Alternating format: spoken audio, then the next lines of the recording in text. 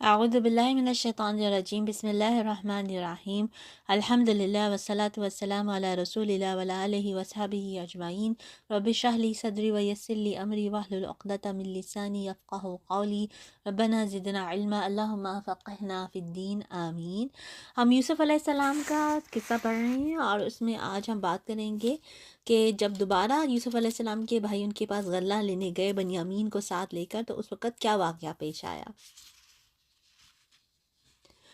تو حضرت یوسف علیہ السلام نے ایک تدبیر کی۔ حضرت یوسف علیہ السلام بلا وجہ اپنے بھائی کو اپنے پاس رکھ نہیں سکتے تھے، کیونکہ وہ اپنی آئیڈینٹی بھی ابھی ریویل نہیں کرنا چاہ رہے تھے بھائیوں کے اوپر، تو وہ بلا وجہ ان کو اپنے پاس نہیں رکھ سکتے تھے، لہٰذا انہوں نے بھائی کو روکنے کی ایک تدبیر کی۔ ارشاد باری تعالیٰ ہے، اور جب وہ لوگ یوسف کے پاس پہنچے تو یوسف نے اپنے حقیقی بھائی کو اپنے پاس جگہ دی اور کہا کہ میں تیرا بھائی ہوں، سو جو سلوک یہ ہمارے ساتھ کرتے رہے ہیں اس پر افسوس نہ کرنا۔ جب یوسف نے ان کا سامان تیار کر دیا تو اپنے بھائی کے کجاوے میں پانی پینے کا پیالہ رکھ دیا۔ پھر جب وہ آبادی سے باہر نکل گئے تو ایک پکارنے والے نے آواز دی کہ اے قافلے والو، تم تو چور ہو۔ وہ ان کی طرف متوجہ ہو کر کہنے لگے کہ تمہاری کون سی چیز کھو گئی ہے؟ وہ بولے کہ بادشاہ کے پانی پینے کا پیالہ کھو گیا ہے، اور جو شخص اس کو لے آئے اس کے لیے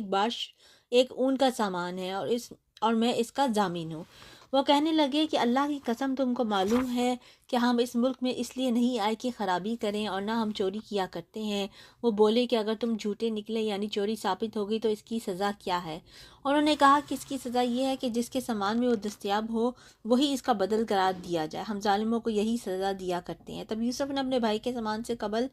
ان کے سامانوں کو دیکھنا شروع کیا، پھر اپنے بھائی کے سامان میں اس پیالے کو نکال لیا۔ اس طرح ہم نے یوسف کے لیے تدبیر کی، ورنہ بادشاہ کے قانون کے مطابق وہ مشیت الہی کے سوا اپنے بھائی کو نہ لے سکتے تھے۔ ہم جس کے چاہتے ہیں درجے بلند کرتے ہیں، اور ہر علم والے سے دوسرا علم والا بھر کر ہے۔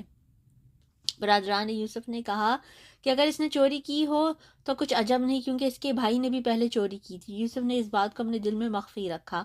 اور ان پر ظاہر نہ ہونے دیا، اور کہا کہ تم بڑے بدقماش ہو، اور جو تم بیان کرتے ہو اللہ اسے خوب جانتا ہے۔ وہ کہنے لگے کہ اے عزیز، اس کے والد بہت برے ہیں اور اس سے بہت محبت بھی رکھتے ہیں، سو اس کو چھوڑ دیجیے اور اس کی جگہ ہم میں سے کسی کو رکھ لیجیے، ہم دیکھتے ہیں کہ آپ احسان کرنے والے ہیں۔ یوسف نے کہا کہ اللہ پناہ میں رکھے کہ جس شخص کے پاس ہم نے اپنی چیز پائی اس کے سوا کسی اور کو پکڑ لیں، ایسا کرے تو ہم بڑے بے انصاف ہوں گے۔ ان آیات میں بیان کیا گیا ہے کہ جب وہ لوگ اپنے بھائی بنیامین کو لے کر اس کے سگے بھائی حضرت یوسف علیہ السلام کے پاس پہنچے تو آپ نے اسے اپنے قریب جگہ دی اور پوشیدہ طور پر اسے بتایا کہ آپ اس کے بھائی ہیں، اور اسے حکم دیا کہ ابھی یہ بات بھائیوں کو نہ بتائے۔ علاوہ ازیں ان کی بدسلوکی پر اسے تسلی دی۔ پھر آپ نے ایک تدبیر کی تاکہ بنیامین کو دوسرے بھائیوں سے الگ کر کے اپنے پاس رکھ لے۔ چنانچہ آپ نے اپنے نوکروں کو حکم دیا کہ آپ کا پیالہ ان کو علم ہوئے بغیر اس کے بورے میں رکھ دیں۔ آپ اسی پیالے میں پانی پیتے تھے اور اسی سے مانپ کر لوگوں کو غلط دیتے تھے۔ جب وہ روانہ ہوئے تو ان کے پیچھے چند افراد بھیج دیے۔ انہوں نے جا کر کہا تم لوگ بادشاہ کا پیمانہ چرا لائے ہو، اگر تم واپس کر دو گے تو ایک اونٹ غلہ مزید دیا جائے گا۔ اعلان کرنے والوں نے اس وعدے کے پورا ہونے کی ذمہ داری قبول کی۔ انہوں نے اس الزام کی صحت سے انکار کیا اور الزام لگانے والوں پر ناراضی کا اظہار کیا، اور انہوں نے کہا اللہ کی قسم، تم کو خوب علم ہے ہم ملک میں فساد پھیلانے کے لیے نہیں آئے اور نہ ہم چور ہیں، یعنی تمہیں معلوم ہے کہ یہاں ہمارا عزت و احترام سے استقبال کیا گیا تھا اور ہم کسی برے ارادے سے نہیں آئے۔ تب الزام لگانے والوں نے کہا اچھا، چور کی سزا کیا ہے اگر تم جھوٹے ہوئے؟ انہوں نے کہا اس کی سزا یہی ہے کہ جس کے سامان میں سے پایا جائے وہی اس کا بدلہ ہے، ہم تو ایسے ظالموں کو یہی سزا دیا کرتے ہیں۔ ان کی شریعت میں یہ حکم تھا کہ چور کو اس کے حوالے کر دیا جائے جس کی چوری ہوئی، اس لیے انہوں نے یہ بات کہی۔ اللہ تعالیٰ فرماتا ہے بس یوسف نے اپنے بھائی کے سامان کی تلاشی سے پہلے ان کے سامان کی تلاشی شروع کی، پھر اس پیمانے کو اپنے بھائی کے سامان سے نکالا۔ اس کا مقصد یہ تھا کہ یوسف پر کوئی الزام نہ آئے اور تدبیر زیادہ کارگر ہو۔ پھر اللہ تعالیٰ نے فرمایا ہم نے یوسف کے لیے اسی طرح یہ تدبیر کی۔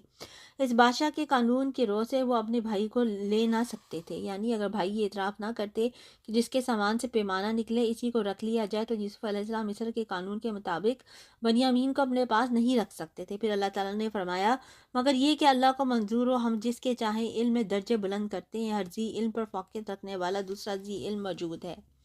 حضرت یوسف علیہ السلام ان سے زیادہ علم، عقل، عزم و حزم سے بہراور تھے۔ آپ نے اللہ کے حکم سے یہ کام کیا کیونکہ اس کے نتیجے میں ایک بڑا فائدہ حاصل ہونے والا تھا، یعنی آپ کے والد اور خاندان کے افراد ان کے پاس پہنچنے والے تھے۔ جب بھائیوں نے دیکھا کہ پیمانہ بنیامین کے سامان سے نکلا ہے تو انہوں نے کہا اگر اس نے چوری کی تو کوئی تعجب کی کوئی بات نہیں، اس کا بھائی بھی پہلے چوری کیا کر چکا ہے، یعنی انہوں نے حضرت یوسف علیہ السلام کو چور کہا۔ بعض مفسرین نے فرمایا ہے کہ جس چوری کی طرف وہ اشارہ کر رہے تھے وہ یہ تھی کہ حضرت یوسف علیہ السلام نے بچپن میں اپنے نانا کا بت چرا کر توڑ دیا تھا۔ عباس کہتے ہیں کہ آپ کی پھوپھی کو آپ سے بہت محبت تھی، انہوں نے حضرت اسحاق علیہ السلام کا کمر بند ان کے کپڑوں میں چھپا دیا، پھر تلاش کیا گیا تو ان کے پاس سے نکلا۔ انہیں تو معلوم نہیں تھا کہ یہ کیوں کیا جا رہا ہے، پھوپھی محبت کی وجہ سے چاہتی تھی کہ آپ اس کے پاس رہیں، اس لیے یہ تدبیر کی۔ بعض حضرات کا کہنا ہے کہ آپ گھر سے کھانا چرا کر غریبوں کو کھلا دیا کرتے تھے، اس کے علاوہ بھی اقوال ہیں۔ اس لیے بھائیوں نے کہا اگر اس نے چوری کی ہے تو اس کا بھائی بھی پہلے چوری کر چکا ہے۔ یوسف علیہ السلام نے اس بات کو اپنے دل میں رکھ لیا اور ان کے سامنے ظاہر نہ کیا۔ جو بات ظاہر نہ کی گئی تھی وہ آپ کے اگلے الفاظ ہیں کہ تم بڑے بدکماش ہو اور جو تم بیان کرتے ہو اللہ ہی خوب جانتا ہے۔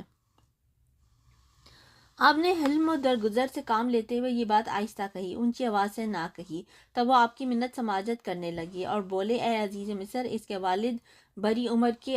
بالکل بوڑھے شخص ہیں، آپ اس کے بدلے میں ہم میں سے کسی کو لے لیجئے، ہم دیکھتے ہیں کہ آپ بڑے نیک نفس ہیں۔ یوسف علیہ السلام نے فرمایا ہم نے جس کے پاس اپنی چیز پائی ہے اس کے سوا دوسرے کی گرفتاری کرنے سے اللہ کی پناہ چاہتے ہیں، ایسا کرنے سے تو ہم یقیناً نا انصافی کرنے والوں میں ہو جائیں گے۔ یعنی اگر ہم نے ملزم کو چھوڑ دیا اور بے گناہ کو گرفتار کر لیا تو یہ ظلم ہوگا، ہم نہ خود ظلم کر سکتے ہیں نہ کسی کو ظلم کی اجازت دے سکتے ہیں، ہم تو اسی کو پکڑیں گے جس سے ہمیں اپنا سامان ملا۔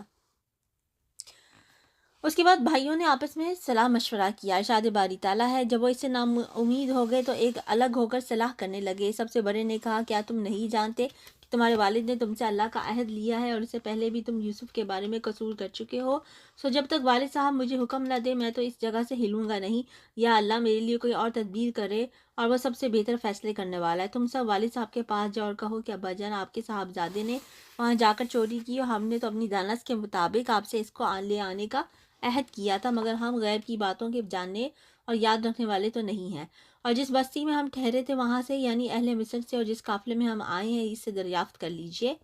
اور ہم اس بیان میں بالکل سچے ہیں۔ جب انہوں نے آ کر یہ بات یعقوب سے کہی تو انہوں نے کہا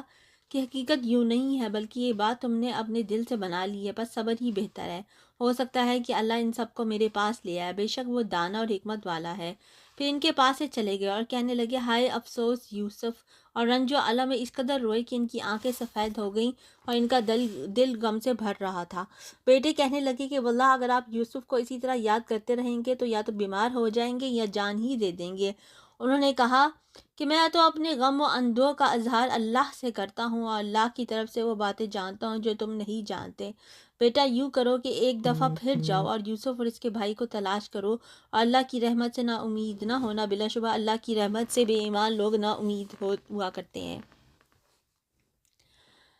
جب وہ لوگ بنیامین کو حضرت یوسف علیہ السلام سے چھڑانے میں ناکام ہو گئے تو تنہائی میں بیٹھ کر مشورہ کرنے لگے۔ سب سے پہلے بڑے بھائی روبیل نے کہا کیا تمہیں نہیں معلوم نہیں کہ تمہارے والد نے تم سے اللہ کی قسم لے کر پختہ اقرار لیا ہے، یعنی یہ وعدہ لیا ہے کہ واپسی میں بنیامین کو ضرور ساتھ لاؤ گے۔ اب تم عہد شکنی کے مرتکب ہو چکے اور جس طرح تم نے پہلے یوسف علیہ السلام کے بارے میں کوتاہی کا ارتکاب کیا تھا اب اس کے بارے میں کوتاہی کے مرتکب ہو رہے ہو، پس میں تو اس سرزمین سے نہ جاؤں گا بلکہ یہیں ٹھہرا رہوں گا حتیٰ کہ والد صاحب خود مجھے واپس آنے کی اجازت دے دیں، یا اللہ تعالیٰ میرے اس معاملے کا فیصلہ کر دے کہ میں کسی طرح اپنے بھائی کو اپنے والد کے پاس لے جا سکوں، وہی بہترین فیصلہ کرنے والا ہے۔